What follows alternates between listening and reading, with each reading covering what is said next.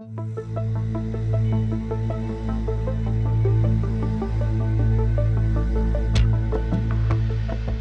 I switched gears. So Giovanni was at the very low energies, and now I go to the very high energies and speculate about that. So I'm concentrating on the on axion dark matter.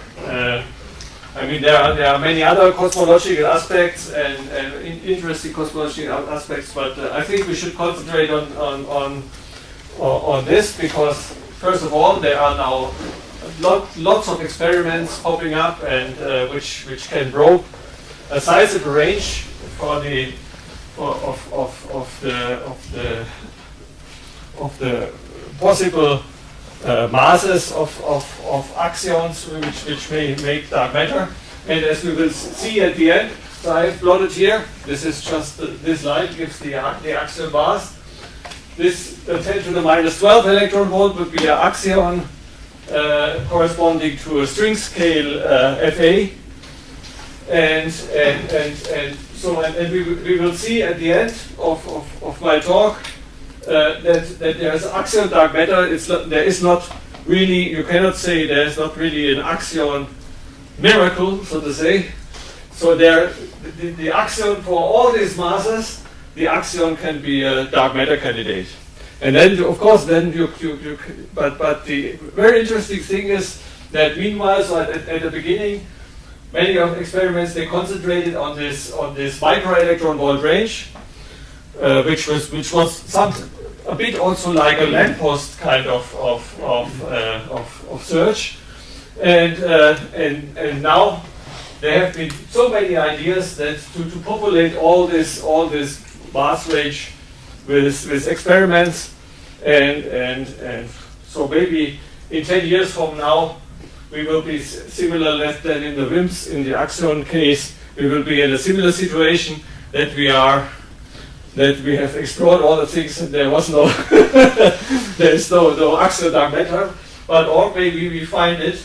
The problem, of course, with all of that is that we are always assuming when we are calculating dark matter candidates or abundances and so on, and these parameters, we are always assuming that the candidate which you are looking for makes 100% of the dark matter, and it could be easily, dark matter could be much more complicated. A bit primordial black holes, bit of WIMPs, bit of axions. I mean, there are so many things.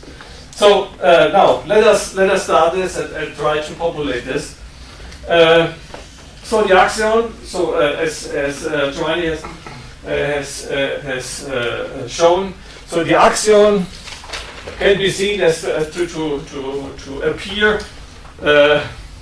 or to be born or to appear in the early universe when the Pechet-Quinn symmetry, this U1 symmetry, breaks. So I assume now just that not that extra dimensional thing, but more conventional field theoretical UV realization of a Pechet-Quinn theory, which is just imagine that we have a singlet complex scalar, which essentially whose vacuum expectation value breaks the Pechet-Quinn symmetry. So I assume that there is a complex scalar from this U1, and its vacuum expectation value breaks the Pechet-Quinn symmetry. And so if we assume that that for example, so it can be a non-thermal mechanism which breaks this symmetry, or could be thermal. So the thermal is just when the temperature goes below the so to say the Pechet-Quinn scale, and there's a thermal phase transition at this scale. Then the axion comes into the play, and this nice Mexican head potential for the axion appears. So I don't know how to draw a Mexican head potential so easily, but you can imagine that. So the axial field. So I can try it. So this is. So you should imagine that you have this kind of Mexican head for this sigma field, and the axion field is essentially the phase along this valley in the head, and at very high temperature or very high energies, you don't see this low temperature potential of this which Giovanni has shown for this potential. So it's really, this axion is a Lambo-Boson boson, completely massless at very high energies, and the radial excitation has a large mass proportional to this Pacheco symmetry breaking scale. Now if you have if you suppose you have such a Pacheco phase transition at very high energy, then this axion field, which I call now theta of x, this axion field, and which will be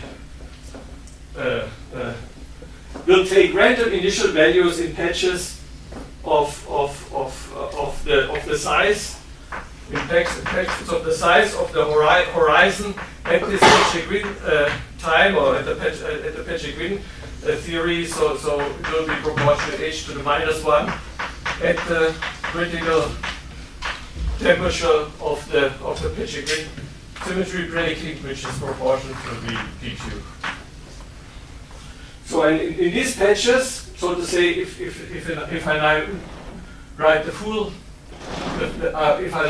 full sigma field, so to say, you have so to say, you can suppose now the universe is if you make a two-dimensional slice of this a two-dimensional slice looking into the field configurations, you can imagine that now if you take the sigma field and you represent the sigma field by the real and imaginary part, so in these patches, so these patches have a size, as I said, of h to the -1 at VPQ, at temperatures of VPQ.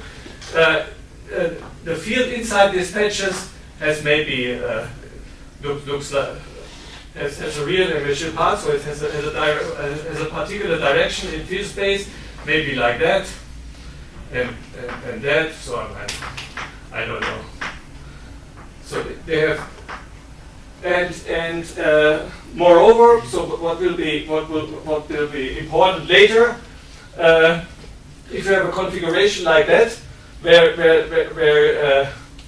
where so to say. So now, I mean, don't know whether I've written this nicely. So if you can have configurations where essentially you have kind of hedgehogs, so where these neighboring things, you have something like where all the arrows go out. In this case, and if they are all matching in one point. Then in this point, so to say, you have a singularity, or not a real singularity, but you have a field which essentially is at the top of this potential, and this corresponds then, if you now look in a three-dimensional picture, then this corresponds to the center of a cosmic string. So in general, so what you have after this Pacheco phase transition, you get the universe consists of patches where you have something like a smooth initial condition, and of a network of string-like solutions, of cosmic strings. But that depends when the symmetry breaks, right? I mean, no, this will always happen. But the question is whether this I mean, now you have to evolve this, and for example, if inflation happens after this Pacheco symmetry breaking, then we will so to say, we see only one of these patches, and our universe origins from one of these patches. But if the pitching wind symmetry breaking happens after inflation, so if after inflation the universe is reheated again, and then the pitching wind symmetry breaking appears, then our universe is like that, and then it consists of many small patches. So this is this difference which will be later important in the population of these mass scales for what is reported or not. Just a question. Yeah. So here, let's consider big symmetry breaking after inflation. You draw these 4 patches. In the middle, you have a cosmic string. Yeah. Let's imagine after the universe evolved, the 4 patches will merge to 1 patch. How the field will change? I mean, you have to. It's a complicated thing. I mean, at the beginning, maybe you have this kind of field with some of, I don't know which one. I can hear something. Maybe there's a string or so. You have now to in the evolution of the universe. So the string network evolves by emitting axions, so to say, and at the end, these strings essentially they disappear because near the, as we will see, near the QCD phase transition, axion domain walls appear, and this domain and the string domain wall system in total disappears. So, I don't. So at the moment, I'm not. We are not there yet. So, so let's just. Sorry, could you Yeah. could you introduce some of these? So a string emits axions. What is physically this string? A string is, so to say, is a solution. So I mean, there are topological essentially stable solution of this. This is a solution of the field equation, of the nonlinear field equation in the theory, which is so to say, which is a one-dimensional thing, and the thickness, so to say, of this solution. So inside the string, if you look inside the string, the pitching wind symmetry is restored. So inside the string, so to say, you have the size of the size of a string is given by the inverse mass of this is given by 1 over square root of let's say of the mass of this radial excitation. So and this will and because this is so it's something like the square root of the self-coupling times the pitching wind symmetry breaking scale. So it's a very thin object, and these strings in the universe, they can have, so I mean they can interact with each other. There can be string loops which then decay and so on. But and this will be a complicated dynamics. In the beginning we are just concerned about the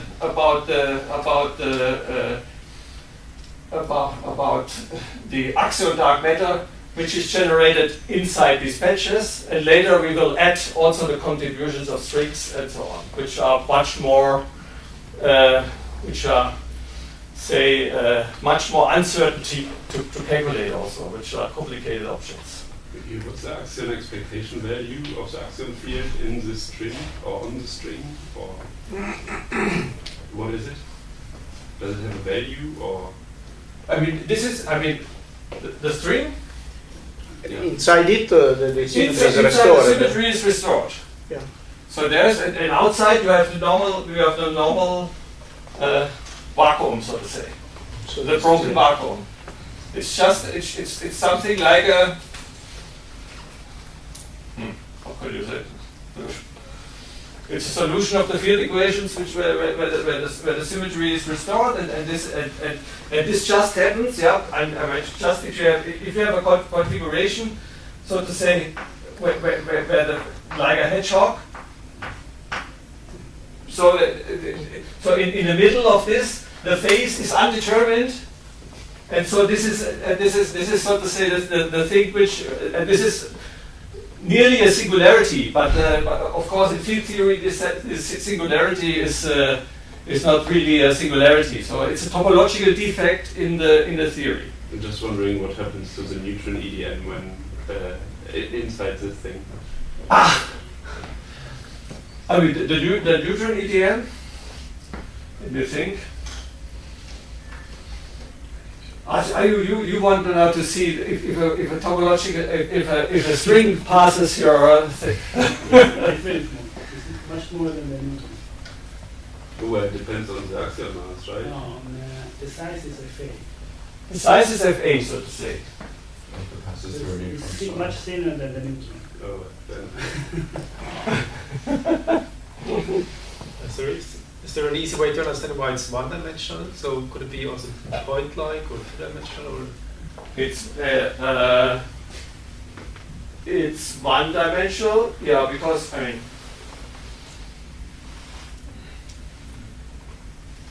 It cannot be. I mean, it's just this. You have a U1, and you want to have a U1, and so to say, it's a mapping of the U1 to the of this. So the codimension Yeah. of the thing is 2, because basically as you go around the string, the U1 go around the circle, Okay. and then you map to this. Okay, so Otherwise, around the sphere you cannot wrap the U1. yeah. Okay. So, but let us first ignore the strings. I just wanted to make so maybe I should not have started to immediately to bring this complication because some people they even claim that the strings are not important at all for axial dark matter. Then you could from the beginning don't talk about them, but in principle they are there. So I just wanted to say we after when this Pecek grid symmetry is broken. Somehow the universe falls into the universe is filled with patches where you have where so to say where there are preferred directions in this total in the sigma space, which corresponds then if you put this in the phase and the size of the arrow, the size so the modulus of the arrow is VPQ, but the angle is the axion field, and so this means that the evolution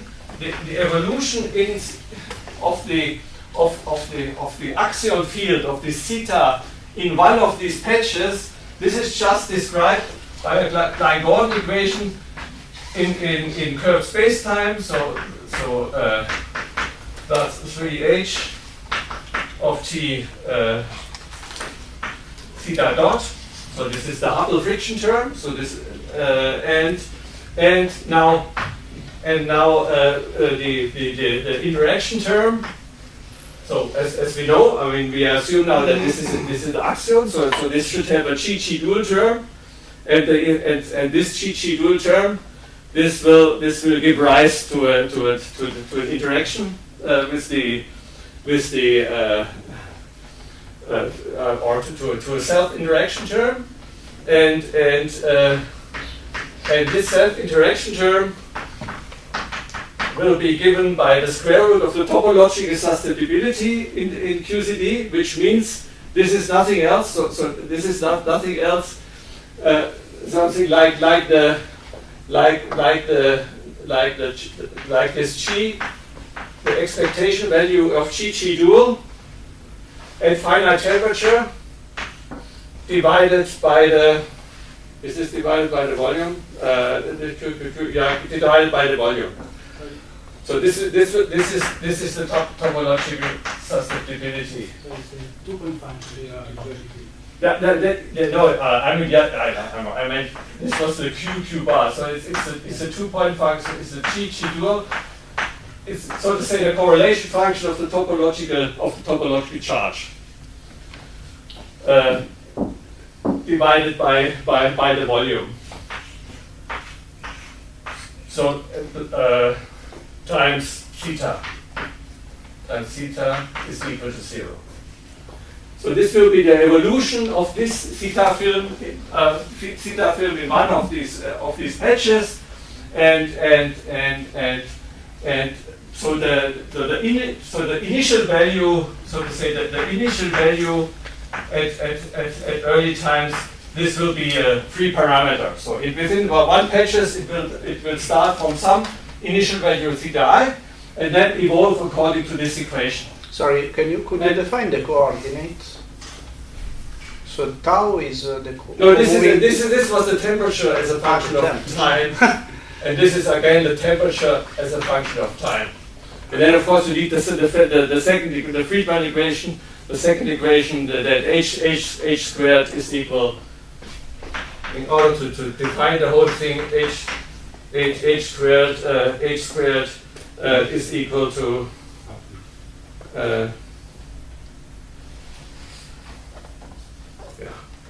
you know,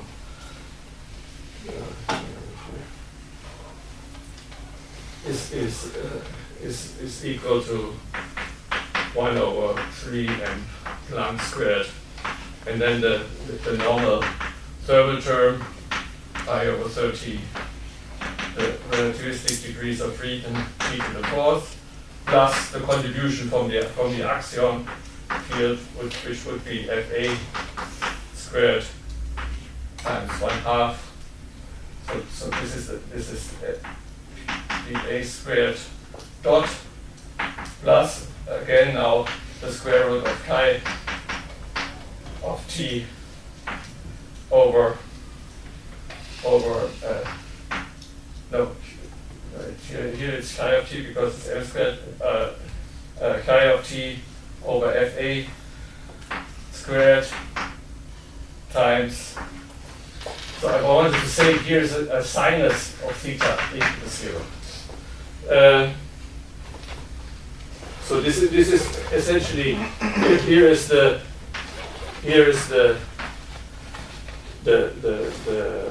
energy density of the axion, which is then given by this kinetic term plus the potential term, and this would be the 1 minus cosine of theta. So what I wanted to say now first is, this one is the drawing. What I want to say now first, so is that at very high temperatures, so unlike what we have seen at very low temperatures, at very high temperatures, the self-interaction potential or the temperature-dependent self-interaction potential of the axion is much more simple. So it's just, it's of course, again, it should be periodic in theta. So but it has a very simple periodicity in theta. It goes like 1 minus cosine theta, and the whole temperature dependence is in this topological sustainability. So and now, so I think it's worthwhile to understand why this happens. So maybe this is the only a bit more complicated theoretical part here in my lectures. So this can be understood from using the so-called dilute gas approximation, which should be valued. It's a dilute instanton gas approximation, which should be valuable at temperatures or valid at temperatures much larger than the critical temperature in QCD. If we are far above above the QCD quark-hadron phase transition, then this should be valid. So what one wants to calculate? So in order to calculate the axion potential as a function of theta of t, so this should be identical because the axion is so to say is the theta parameter, so to say a space-time dependent theta parameter. This is in a sense the definition of the axion. Then this should be related to the partition function or the free energy density in QCD. The free energy density in QCD as a function of theta is given by the logarithm of the partition function of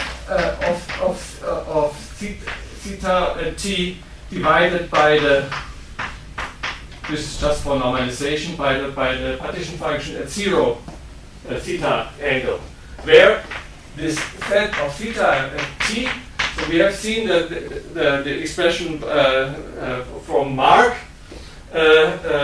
is given by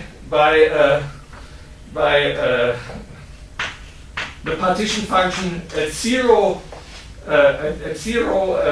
angle, or at 0 theta, times e to the I theta q, where q is the topological charge, so it's the space-time integral of this chi-chi dual, which we always have seen, and the sum of q of minus infinity to plus infinity. So, because so I mean, from this, essentially, there was you can immediately conclude that the energy has this minimum at theta equal to 0. This is essentially the Waffer-Witten the Waffer-Witten explanation why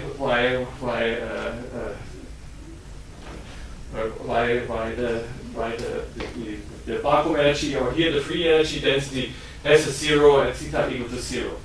Now, if you are at very high energy, at very high temperatures, if T is much larger than the critical temperature QCD, which is from lattice simulation, which is of the order of 150 MeV, then you can calculate. Then you can calculate, for example,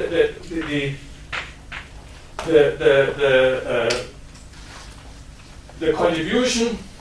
So to say, then you can calculate this Z1. So the partition function in the sector, which topological in the gauge sector with topological charge equal to 1. Then you can calculate this using dilute, using semi-classical expansion about the instanton.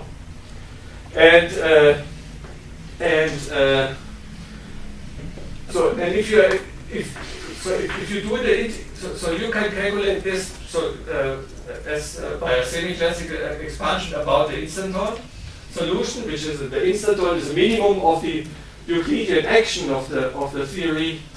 Now you should take the finite temperature instanton, sometimes called caloron, of this theory, and you expand just path integral about this minimum. But now, so suppose now you know this, then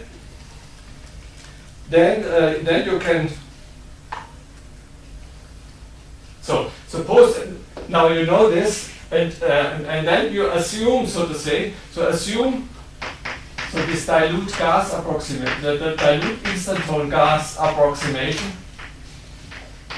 means you assume that the dominant contribution,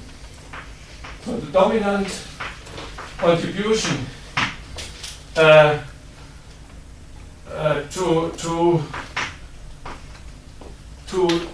this set Q comes from a superposition. So from a superposition of n separated instantons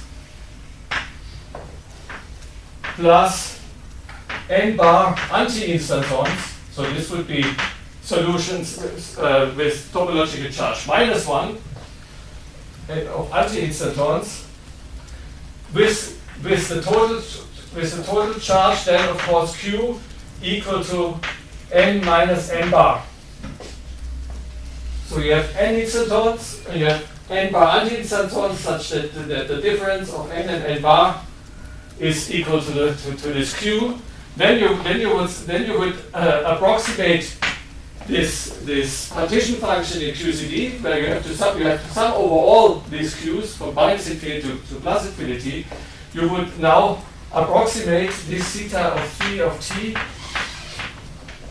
by a sum over now over n and n bar, but equal to 0 to infinity. Now you have n factorial and 1 over n bar factorial possibilities to distribute these separated instantons in the sum, and then the contribution of the instantons would be weighted by the e to the I theta, because the instantons have q equal to 1, so the weight would be e to the I theta, and the one of the anti-instantons, and so to say the contribution of the instantons to the topological charge equal to 1 sector, the semi-classical contribution does not depend whether you have an instanton or anti-instanton. So it's the same weight factor, but they have the negative topological charge, and this factor you get to n to this appears to the nth power, and this appears to the n bars power, and now it's just a very simple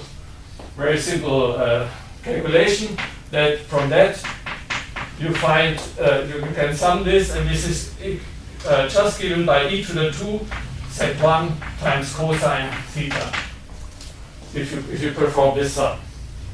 So in fact, what you get from that is that v of theta and t. So v, you have now to do the logarithm. You get from the logarithm you get the 2z1. So what you get from that is that this is given by 2z1 over v times 1 minus cosinus theta. So you see already, this is a 1 minus cosine theta. This comes just because you had widely separated instanton and anti-instanton. They had no interactions with each other, and then you get a very simple cosine instead of a square root of 1 minus sine squared. So this is a very simple, and you can read off here the topological sustainability. So this is nothing else than the topological sustainability in this dilute instanton gas approximation. And now, and this can be calculated. Now you have to do this complicated. Now you have to look in Pisarski and Jaffe and so on. They have calculated the semi-classical expansion about these calorons, and the semi-classical expansion around these calorons. You can write this Z1, which appears in the topological charge, in the topological sustainability. You can write this as a function as integral over d4x, which gives the volume, which is then cancelled by this v, times the integral over the instanton size, which goes from zero to infinity, and then we have an instanton density, and at zero temperature, which is modified then at final temperature by a factor of which depends on p rho t. And essentially, this goes like e to the minus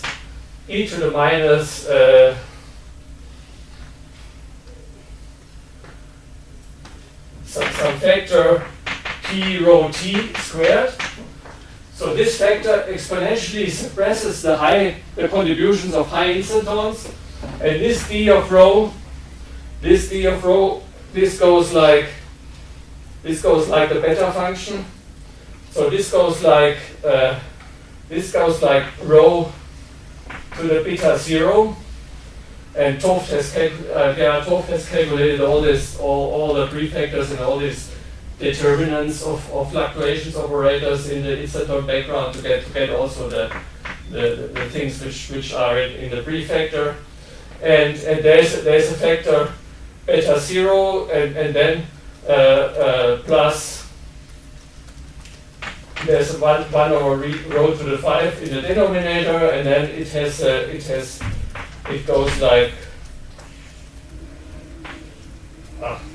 say, then there is a factor from the fermions, from the fermion determinants, which goes like rho to the n to the number of flavors, like active flavors. And if you put all this together, then you find that this topological sustainability, or this Z1, depends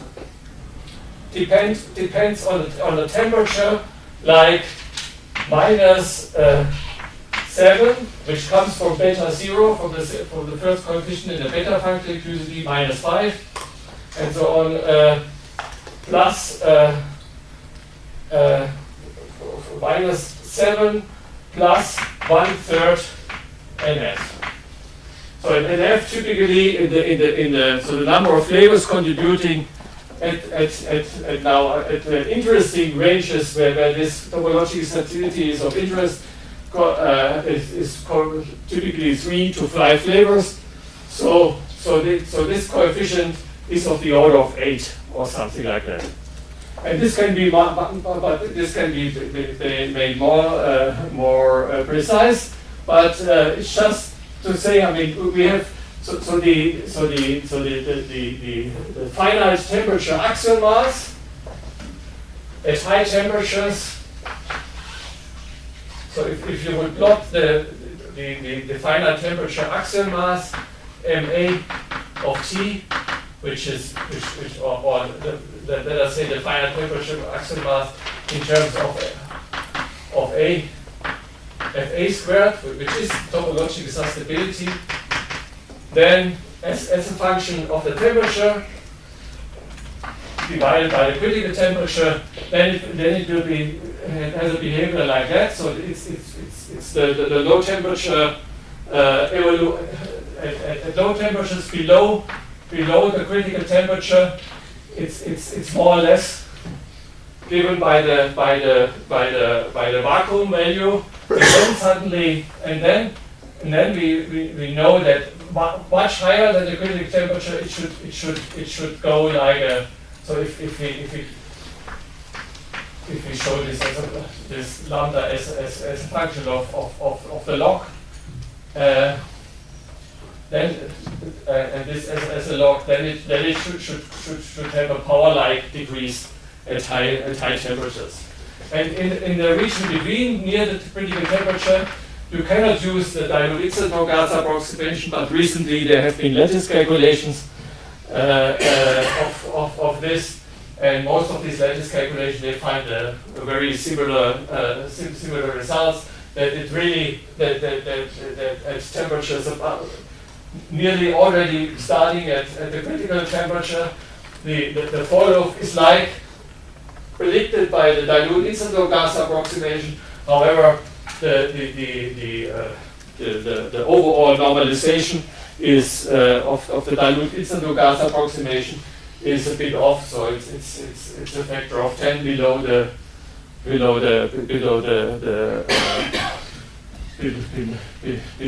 results from the lattice calculations, but this is also understandable because this topology, the dilute incident gas approximation, is based on a one-loop calculation, and also in QCD very often in normal perturbative QCD, very often the one-loop calculations are still far off from the full result. So what temperature would we like parametrically expect the dilute instant on gas to be a good approximation without invoking lattice QCD? Like would it be? You would have. I would have said. I mean, it's so naively. I would have said. I mean, there is no other scale. It's just the critical. It was. So what you have said. I would say that I would be confident about temperature 10 to the 5 and to the 6 GeV. Yeah, but the lattice has a slope, which, I mean, it's like it's 2 GeV, then you already, I mean, these guys already Yeah. have the right. Yeah, but it's there's amazing. a factor of 10 is agreement. There's a factor of 10 in the overall normalization. So why the power is similar is surprising that it works so well for the power. I mean, the power should be. So I thought the power is it's determined by the beta function, so to say. Although, I mean, in that factor you wrote the exponential factor. Yeah. Because the beta function gives you rho. then you need a connection between rho and t. But this, And rho and depends t- what kind of factor you write. Yeah, but this if enters only in the Oh, but if in this prefactor. But if the factor is temperature dependent, then you change the power. If it's temperature dependent, yeah, that's true. Yeah, then you would change. But if so to say, if you fix it, yeah, if it's not temperature If it's constant, dependent, yes, yeah, but if it's temperature dependent, and yeah, for example, that is the Debye mass. yeah. And when you for example, the Debye mass at those temperatures is a factor 2 wrong. So it means that there must be some temperature dependence that drives it from the factor 2 off to the right one. Yeah. So now which temperature dependent? I mean, the funny thing is, so I mean, so I mean, here is a, I don't know. Here you see. Here you see. So these are so the red points are so the red line with arrow bars is what you got from the lattice, and there also the point and so on, and the blue is the one from the dilute instant gas approximation. So it was, for me, it was completely surprising. So I initiated, so I told these guys, you should calculate this or try, make an effort. And I was not expecting that something like that comes out. I thought maybe something more spectacular. but it was a surprise. So at least, so this is one so just to take the home message. So, and the thing what one could not check, of course, at the lattice yet, is that it's really a cosine of theta, because on the lattice you can calculate moments of this of the correlators with the topological charge. However, but you cannot calculate the whole. You cannot calculate this as a function of theta, because you always make expansion around theta equal to 0. So you can't. In that lattice simulation, they didn't compute the quartic moment. Only We did it in the for the quench QCD. We did it and quench it worked. And for this, I think in the Q to the fourth was still too noisy, but others, I think Petritsky and so on, they did it, and it was compatible, so to say. The next term comes from the Q to the fourth, so it was compatible with the cosine theta. at the end of the I think. Yeah. So, okay. Now, so now I said, okay. Now what happens now if you have this? So we can go back to the system. So we know now that this, so to say, at very high temperatures, this term, so to say, can be neglected. So as long as if this Hubble friction term is much larger than if H is much larger than the effective axial mass, then this Hubble friction leads to the fact that so to say, this field configuration is frozen at the initial value. However, then later when this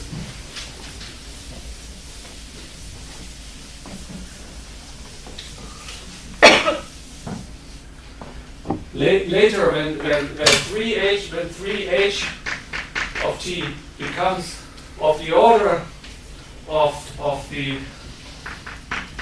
the axial mass, then the field starts to feel, so this axial field will start to feel this potential that is, and then it will move, so to say, it starts to roll against theta equal to 0, and then it starts to oscillate in this potential.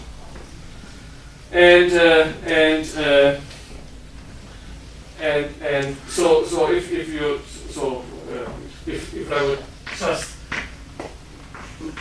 plot here theta, and if I now just arbitrarily start from a positive value of theta I, then as long as h or 3h is less than the axial mass of t, the field is, and I would plot here, say I plot here this as a function of 1 over the temperature,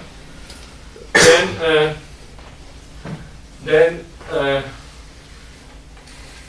as long as this is less, then the axion field is frozen, and then and say here is the value of 0, and here it gets negative.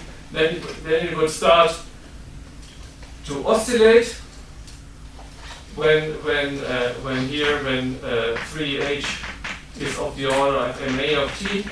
It starts to oscillate, and then it starts to oscillate around 0, and it has and the oscillation frequency will be given by the mass of the axion, and it will and of course, I mean, there is still this Hubble this Hubble evolution, and the field will relax to 0.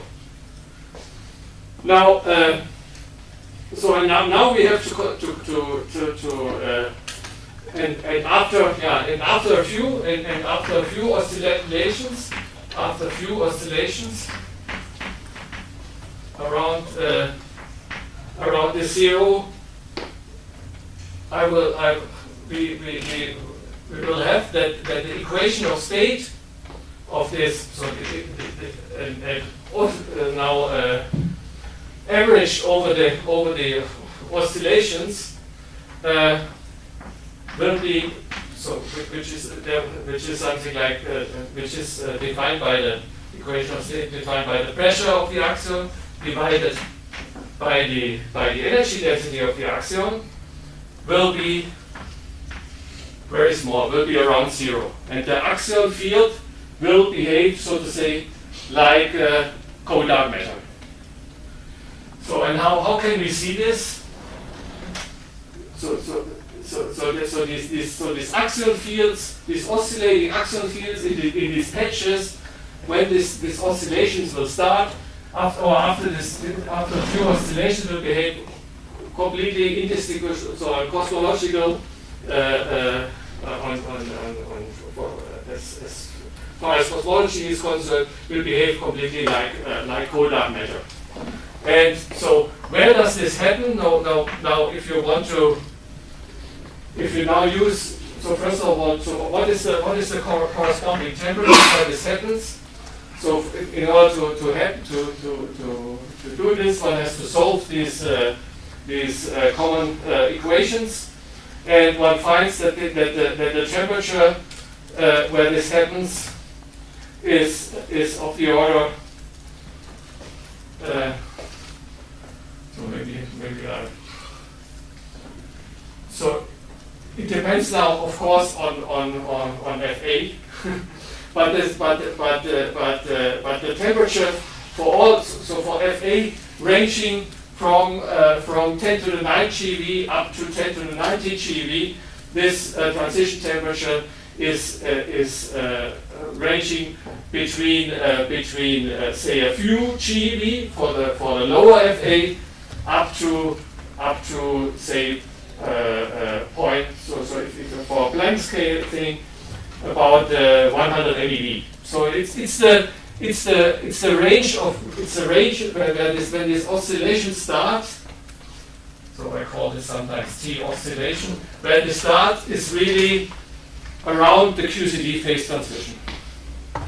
And one has to know, so to say, one has to know really. So things are, of course, then dependent on QCD around and the QCD around this around the phase transition. Now,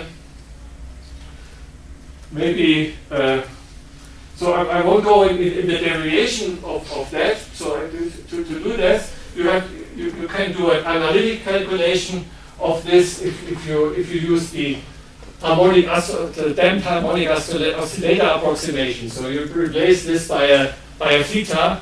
This damped harmonic oscillator approximation is valued for if Fa is larger than 10 to the 11 GeV or so. For lower masses, then you have to take into account also these anharmonic terms in this expression. But as long as but you find then if you use this, you can have an analytic solution of this. And I think we together with Mark in our WISP cold dark matter paper. It's called wispy cold dark matter. We have a derivation of this very detailed how you derive the axion dark matter abundance in this analytically. And if you translate this, then using the latest results from the lattice for the temperature dependence of the topological charge, then you find a contribution that the contribution of the axion by this so-called this mechanism to generate axion cold dark matter by this oscillation oscillation is called the vacuum realignment mechanism, because you are somehow at the beginning you start from a very flat initial condition, and then when the axion temperature falls, then you start to feel this axion potential. The axion mass builds up, and then you do these oscillations. So this is the so-called vacuum realignment contribution. So I write here VR h squared. So this is essentially the rho a, the energy density of the axion in this oscillatory mode, divided by the critical energy density of the universe. So this is this omega a h squared, and this would be of the order of the observed cold dark matter abundance if the mass, if Fa is of the order of 9 times 10 to the 11 GeV.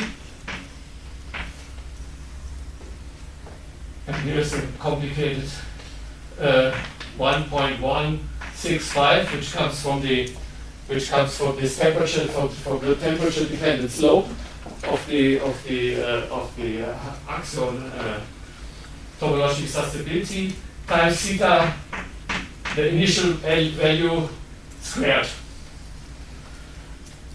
So and this of course, and now because we know how to translate, so how to translate Fa into the mass, which we have seen by Giovanni, we can also, so this is equal to 0.12 times 6 microelectron volt divided by the mass of the axion to the 1.165 theta I squared. Of course, this harmonic the theta I squared dependence is only valid as long as we replace this just by this sinus theta by theta, so in the harmonic approximation, which means that this is only valid if Fa is larger than 10 to the 11 GeV, but it should be also lower than around 10 to the 17 GeV, because if for temperatures above 10 to the 17 GeV, you get this equality 3H equal to the MA. You get for temperatures below the QCD phase transition, and then you have to use the other potential, which means that you get just another power here. The power will be 1.5 instead of 1.165. But in particular, what you see now in this pre-inflationary scenario, where I said so all our universe originates, so to say, from one of these patches, because in the pre-inflationary universe, the initial condition for the axial field was set before the inflation, and then inflation came, and now our whole universe starts from this one particular initial value. So you can reproduce the observed dark matter abundance essentially for any value of Fa or for any value of the mass by tuning the theta I. Or not tuning, so the theta I has been, so some people call this anthropic, has been anthropically selected. So you see, for example, if you want to, if you like to have that the axion has gut scale, arises from a gut scale symmetry breaking scenario, then you need so the gut scale. So you would, because this is approximately the power 1, and this is 10 to the 12. So you add 7 orders of magnitudes to that. But then this means you should have a theta I which is of the order of 10 to the minus 3. So it's not a terrible anthropic selection. I mean, in any case, so you can get an axial mass.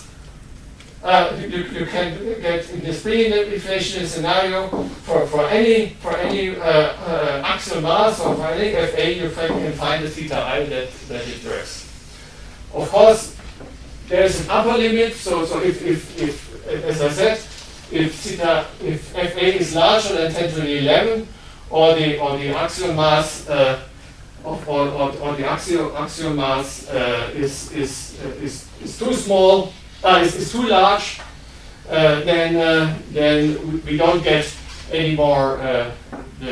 We cannot get the 0.12, and so let me put it here.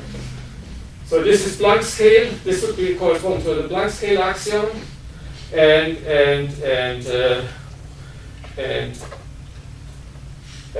so in principle you can go up to 10 to the minus 3.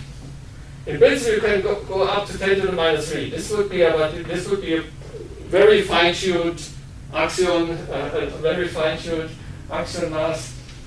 But then you can go down to the Planck scale. So in the pre-inflationary scenario, from 10 to the minus 3, from milli-electron volts down to 10 to the minus 12, the axion would always be the dark matter. So there are other constraints in this scenario, of course, now coming from isocurvature fluctuation and so on, but I don't want to. They can be evaded by invoking a low-scale inflationary model. And you could say, of course, so which are the least fine-tuned scenarios? But this is completely arbitrary. This is, of course, completely arbitrary.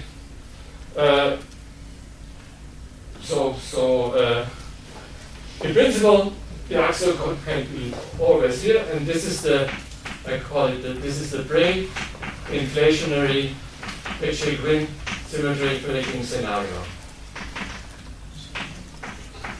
So and the nice thing, so there are people, tomorrow we will see people talking about Casper and so on. Casper looks in this range and so on. So there are experiments which can look for axial dark matter in this region, and they can find something, or like ADMX looks and other microwave cavity experiments. They look in this region, and axions. There are no and there are experiments which look. They are kind of smaller, like MadMax. I like this MadMax experiment because it plans to set up this experiment at DESY, and so which is looking in this region at 10 to the minus 4 electron volt and so on. And here is an experiment which has a very long name which doesn't fit here, which is called abracadabra. Do we have an abracadabra talk? No? They should have a cadabra. And so on. So I mean there are a lot of experiments, and so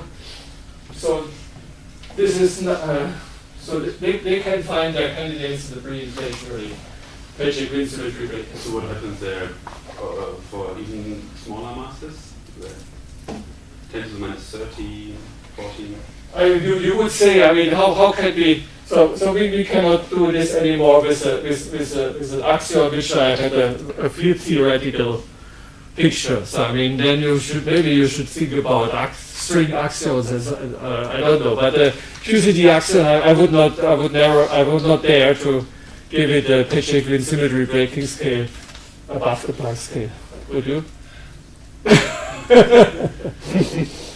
These are maybe axion-like particles, but for them, you can also invoke this kind of mechanism. That's possible, and but there the mass is not like you have not this nice relation with the mass. So here I always have inserted the axion mass FA relation, and in this things like in our DESY Cold-Dark paper.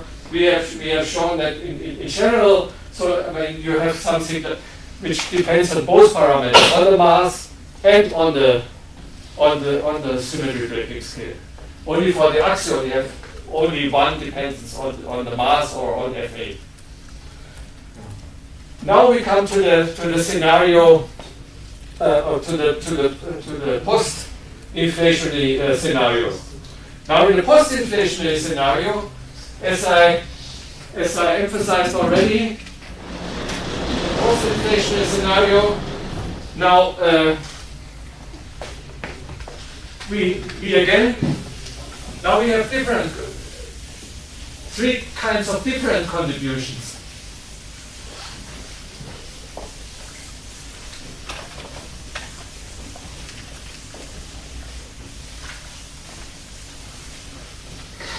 So.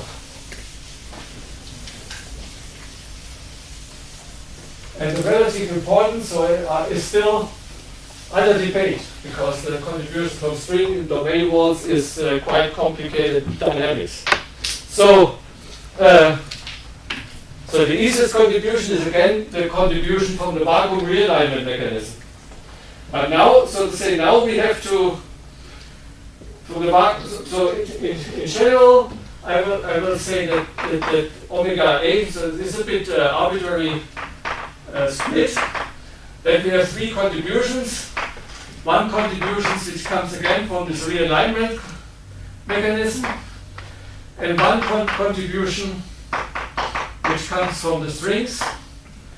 And the strings already come into play at the Paget-Green symmetry breaking. They are there then in all the evolution down to the QCD scale when the realignment contribution is produced.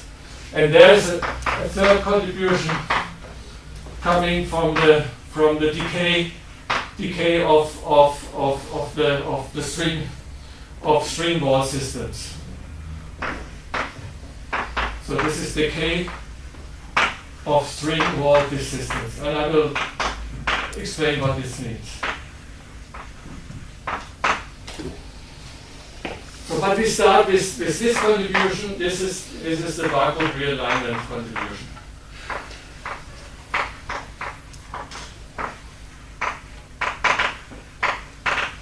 Now, in this case, now as I said, now the universe, as we see it, originates from many originally causally disconnected regions where this theta A was fixed in the early universe, and so we can do a statistical average over the initial values of theta, and if you do this, then you find.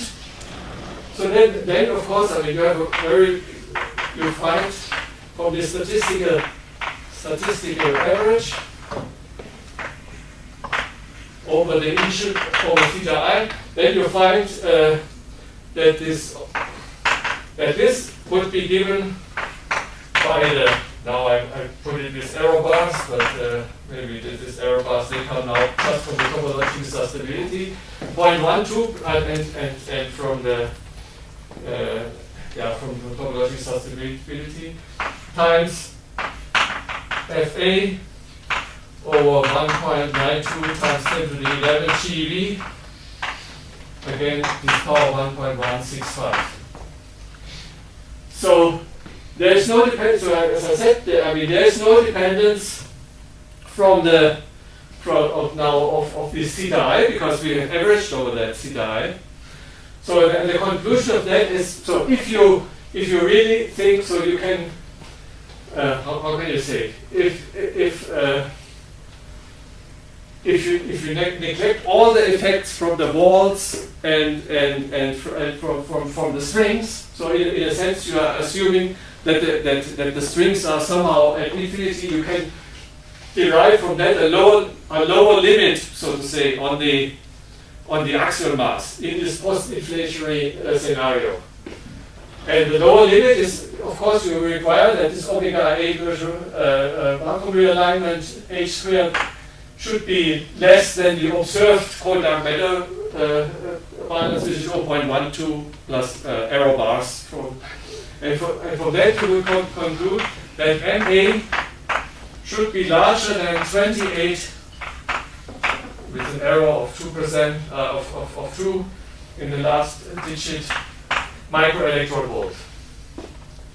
However, this has to be taken with a grain of salt, because normally you should calculate this omega A dot by not arbitrarily splitting this in a contribution from the vacuum realignment plus this plus that, but it should come out from a total simulation of the universe. And we will see that, so there have been now simulations which find which do not do the splits from the beginning, and they find a lower value than this for the total sum, which is very near to that, is 26 microelectron volt. Which so this is important, because this would say, it would say, okay, so there is somewhere here. So all in the pre. So now we say here the post-inflationary AQ scenario. Somewhere at 30 or around 30 or 26 or something microelectron volt. And I put it higher. So these scenarios, they start there, and then now we want to see how far they go in the mass. So this is what we are now investigating. So there is nothing. So everything below that is excluded.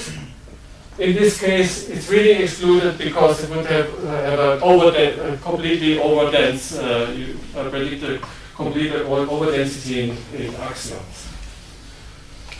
So this is important information, and it would also be something very nice if some of these lower experiments, if they see a signal, then you have excluded kind of many inflationary models by just one go, just by one thing. So I find this amazing.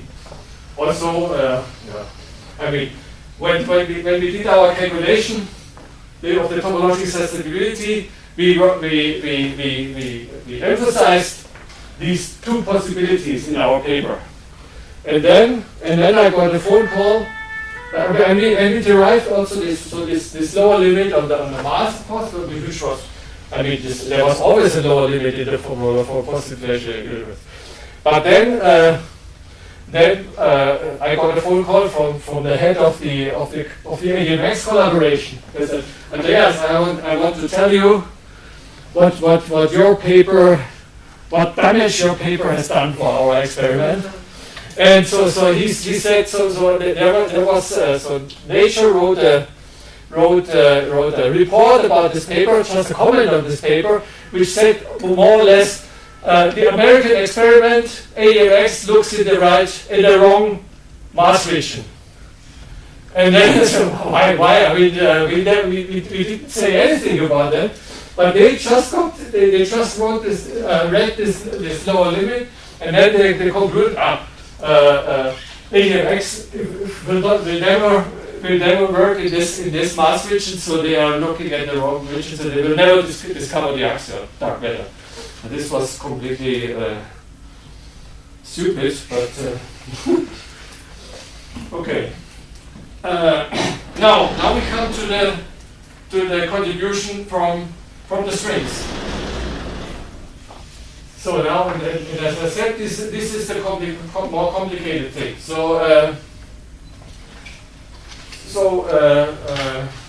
The problem is in the following.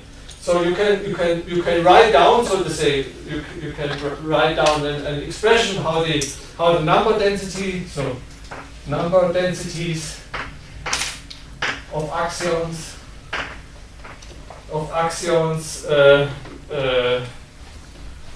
from strings.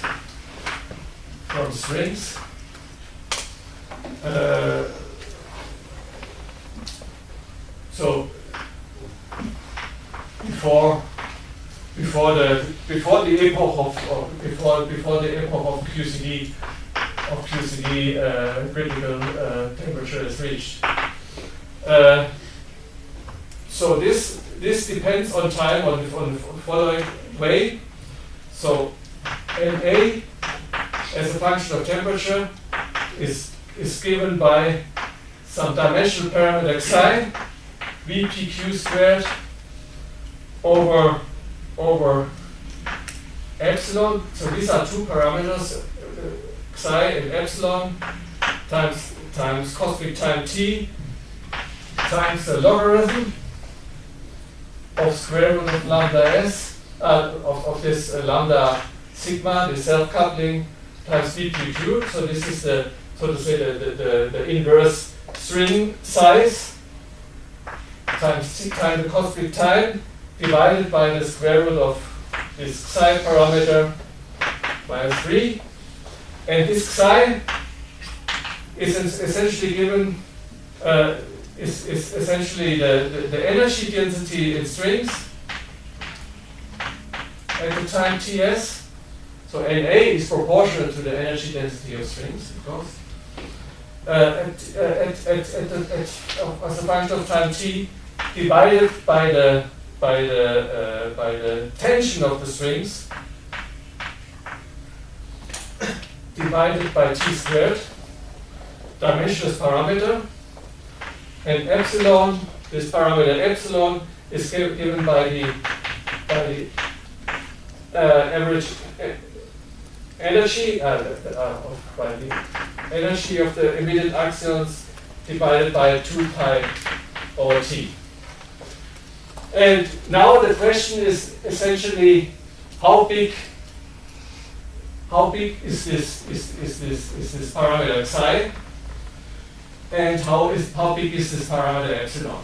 So if psi is large and epsilon is small, so to say, then you get a lot of axions. I mean, these are the essential parameters, but these parameters cannot be calculated analytically, so they can be inferred from simulations.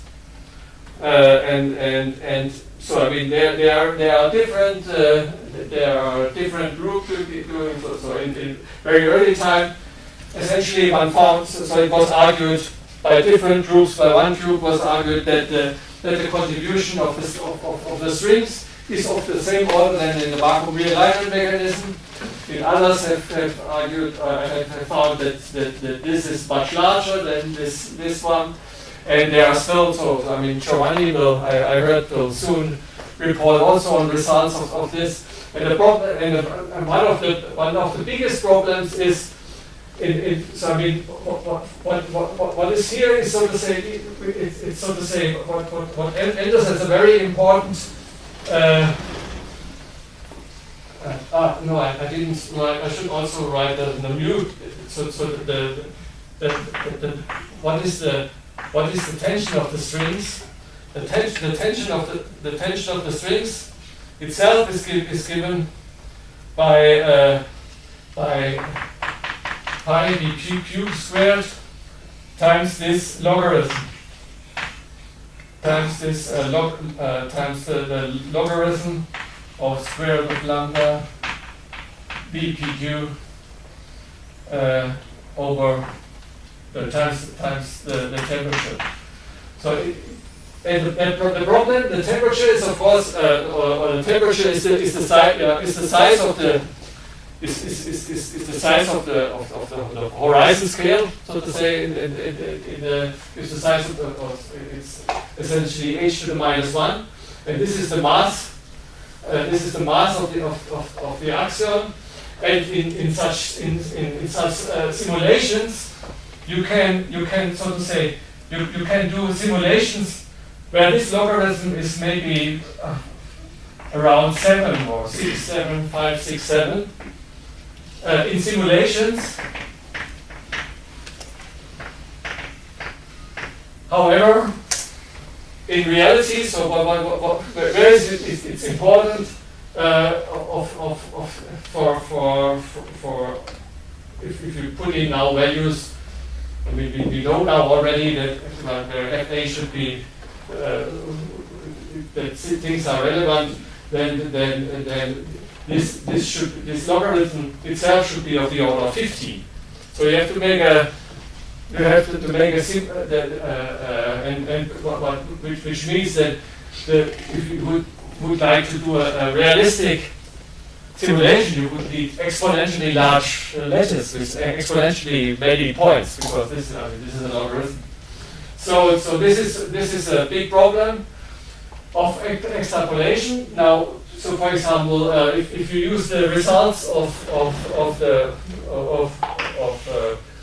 few years old calculation of a Japanese group, Kawasaki, Saikawa, and Sekiguchi, they found in their simulation, they found a psi of the order of 1 and epsilon of the order of 4.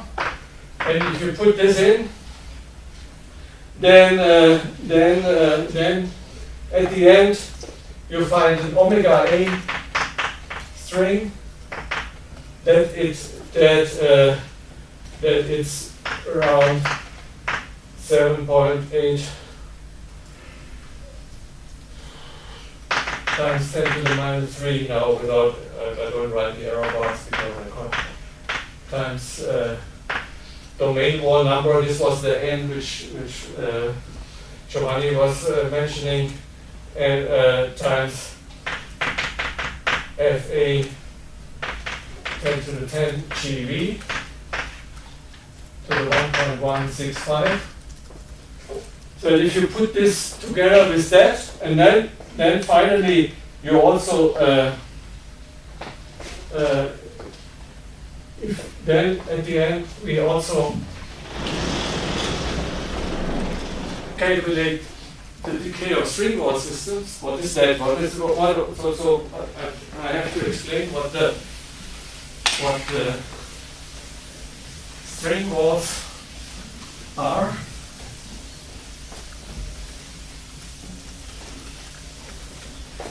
So now we have to look again into our expression for the axion potential. But now we write it out.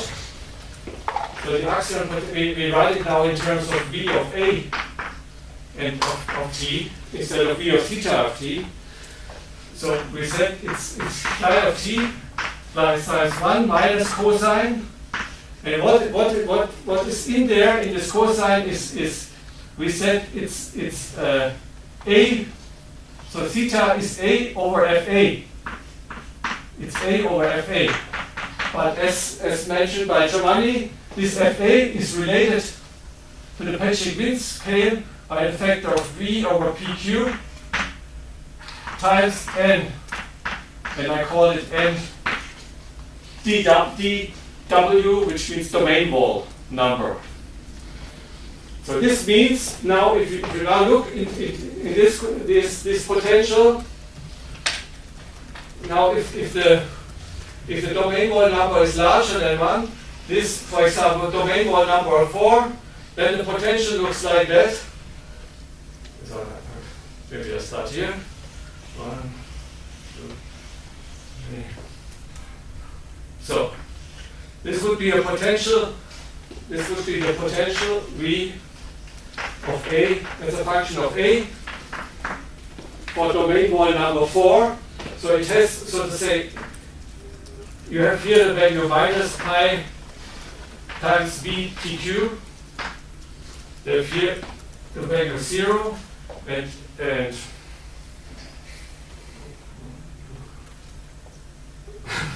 sorry. So I have now 1, 2, 4. I'm a bit confused now.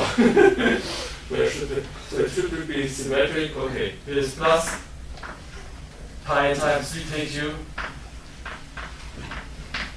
plus times 3kq.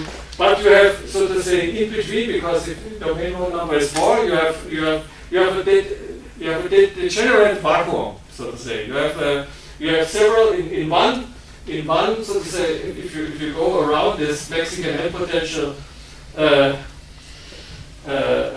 one time, you have several minima of this theory, which means in general you can have you can have solutions of domain wall solutions which correspond then now to sheet-like sheet-like solutions of the or sheet-like defects which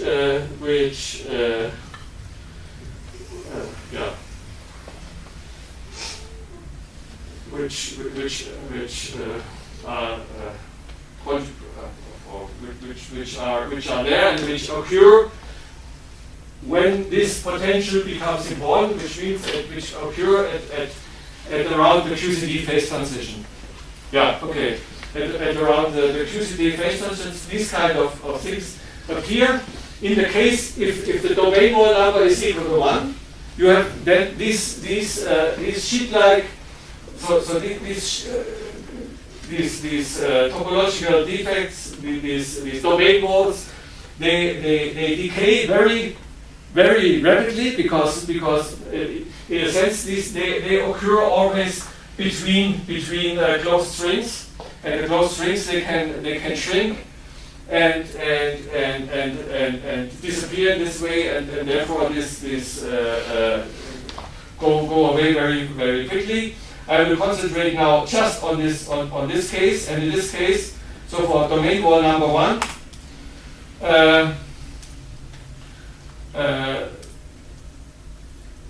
this omega A decaying string wall system H squared is of the order of 3.9 times 10 to the minus 3, so times Fa over 10 to the 11 GeV to the 1.165. So this is domain wall number 1, which I want to emphasize. And then if you add then for domain wall number 1 all these different contributions, you find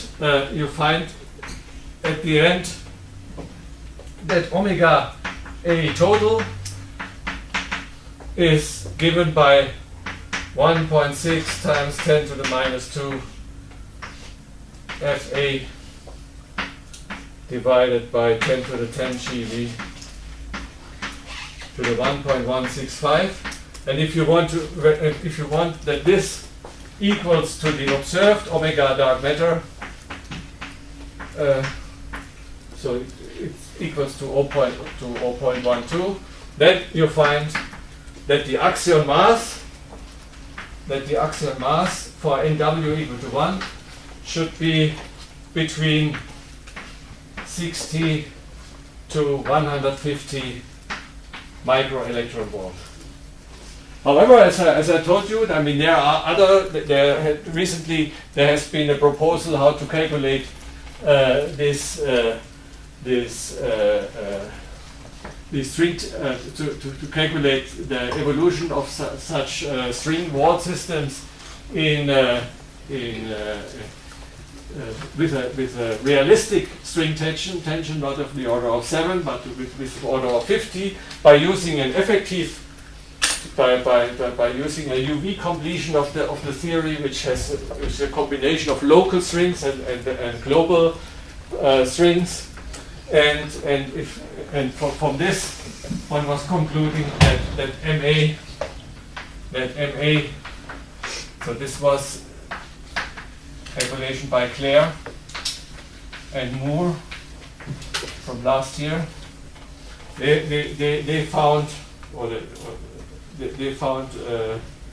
that MA should be, what is it? I think they gave a very small error bar, which is amazing. Yeah, they were saying, so they find 26.2 plus minus 3.4 microelectron volt. So I would take it at the moment, I would take it maybe this as the lower limit for the axion, or we decided, at least for the review of particle physics, we decided to take this as a lower limit because there are still uncertainties related to this equation, so to say, found that for NW equal to 1, it's still a narrow range, just going over 1 over of magnitude. So this is the range for NW equal to 1, and there are also proposed how to calculate this for in models where the domain wall number is larger than 1, but where you need explicit Peccei-Quinn symmetry breaking terms because domain wall number larger than 1 leads.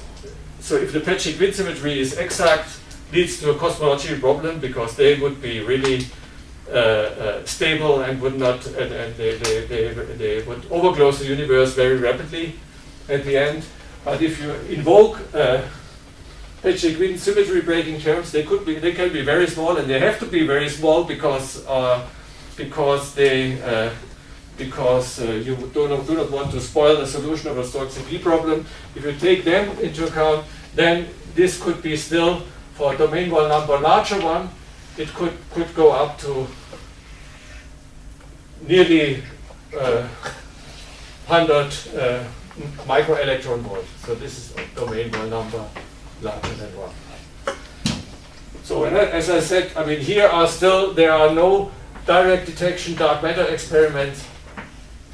There was recently a proposal how to look for that, but one could look in this mass range. One can look on indirectly on these things with IAXO, with the helioscope, which is sensitive in this mass range, but which could detect an axion in this mass range. But I could not say that it's dark matter because it's looking for axions produced in the sun. But at least it would be sensitive in this mass range. Thank you.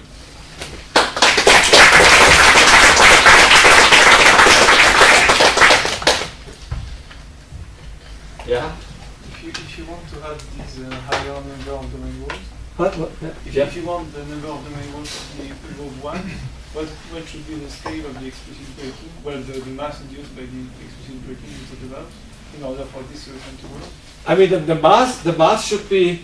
I mean, you can do it, for example, with higher dimensional operators. For example, Planck suppressed operators, and then you need the dimension should be dimension 9 or 10 in order to have small enough Peccei-Quinn symmetry breaking. But do you have a upper bound on this dimension for this node? Yeah, it should not be. So it should be between 9 and 10. If it's too much, it again produces also too much dark matter. So here, of course, you have one parameter more. This is so to say the dimensionality of these operators. You can also, I mean, so in general you can look for how much this bias term should be. So there is you need somehow to lift this degeneracy, and the degeneracy which you need, the lift in the degeneracy you need is something like given by so say delta V over say V PQ to the fourth. This should be of the order of 10 to the minus 52. It should be very small. It should be. You need a very small lift in this degeneracy in order to but I think very much in general. So most of the people, most people would say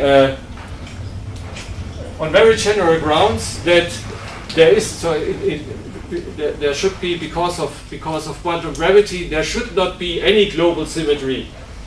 There cannot be any global exact U1 symmetry. So it will always be violated. And however, the problem is that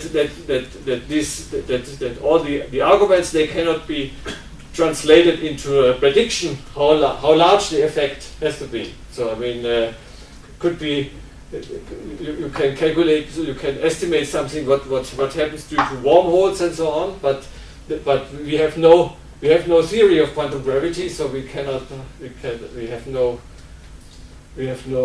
possibility to predict it. Maybe from string theory, I don't know, but there are many candidates for the axion from string theory. So it's also not a guide, but so in principle, so if we find axion dark matter in this mass region, maybe afterwards we can. So we have at least we have a. So if we take that, we would know something. What kind of what should be the size of the symmetry of the symmetry of the explicit symmetry breaking, and yeah. What would be the size of a domain more like that? I mean, like the thickness, for example. It's again given by VPQ. No, No, this is QCD scale. This is QCD scale. QCD scale. The mass of the Mass of the axion. Yeah. Yeah. Just a comment. I wouldn't exclude. I mean, that region 10 to minus 3, 10 to minus 2. Yeah. I wouldn't exclude the n equal 1. Yeah. I would extend it. Given our understanding current. Yeah. I will, You would write it up to that. I mean, if you find the axion 10 to minus 2, for example, 10 to minus The 2, problem is I will be sure that it's. Yeah. I mean, you. Yeah, that one. I would extend. No. Upstairs. Yes, that one. You would still write it until there. I would. I would extend it at 3 order of miles would be larger masses. So from the 30, you would say up to 10 to the minus 2. Yeah. Easily. So this is your proposal. So.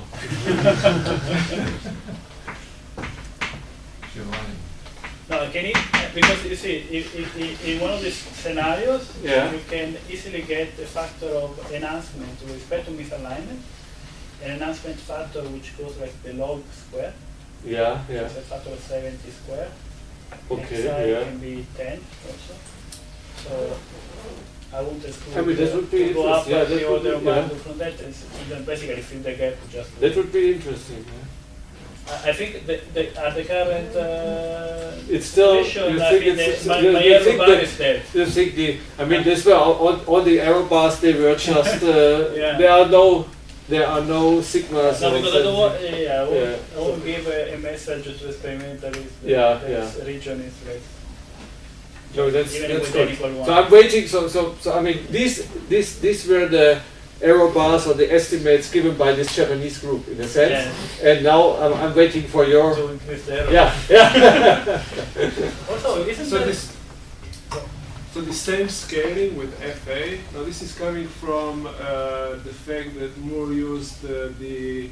This from the topological. Or dilute instant on gas would be also So similar. if to you that. had also the 4-point function, which was had a difference, so it's not it would differ, have the time dependence instead of just the.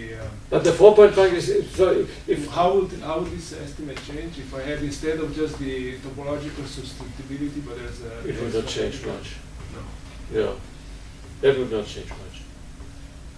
I mean, there was a spectacular lattice result by by the group from Trieste who got a completely different From exponent. Yeah.